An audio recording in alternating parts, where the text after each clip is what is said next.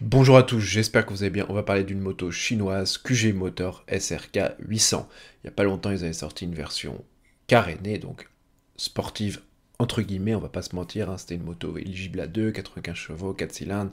C'est pas le truc de fou pour un moteur de 778 cm3, mais franchement, elle était plutôt mignonne, plutôt jolie. Et là, ils en sortent une version naked, donc la SRK 800.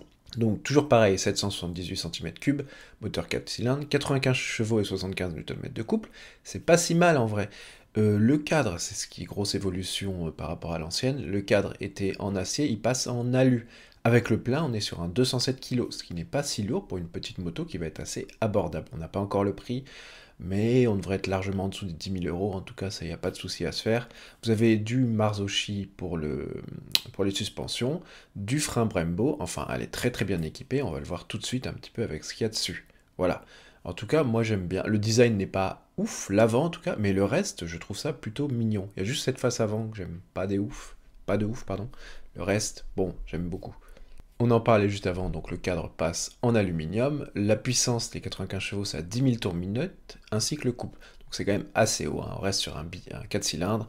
Bon, vous attendez pas un foudre de guerre en bas, il n'y aura pas de coupe comme un bi d'ailleurs, c'est bien dommage, j'aurais pu faire un petit bicylindre pour un roadster, je trouve, surtout dans cette puissance-là. Mais bon, c'est pas grave. Pour les suspensions, on en parlait tout à l'heure, Marzocchi, avec des jantes de 17 pouces à l'avant et à l'arrière, freinage Brembo, pneus Pirelli, non, vraiment pas mal. Quick shifter bidirectionnel, donc à la montée et à la descente, super intéressant. Contrôle de traction, régulateur de vitesse, compteur connecté avec un petit TFT plutôt mignon. La géométrie est exactement la même que sur l'Hypersport. Empattement 1450 mm, donc ça devrait tourner vachement bien, être très agile comme moto. Hauteur de selle 815 mm, c'est pas si bas que ça, mais ça reste raisonnable. Bon, pour les tout petits, ça va être compliqué quand même. Guidon droit, bien entendu, contrairement à la sportive. Réservoir de 17,5 litres, ça aussi c'est intéressant, c'est un assez gros le réservoir contre 16 litres sur la sportive. Et garde accrue de 150 mm. Donc en vrai, vous avez une garde au sol assez intéressante, donc vous n'avez pas touché dans les virages, les cale-pieds, etc. C'est vrai que ça, sur les anciennes motos, c'était souvent le cas, maintenant ils font beaucoup d'efforts là-dessus. Voilà, elle arrivera en France en coloris gris et rouge en avril. Pour le tarif, je vous le mettrai en commentaire dès que je l'aurai.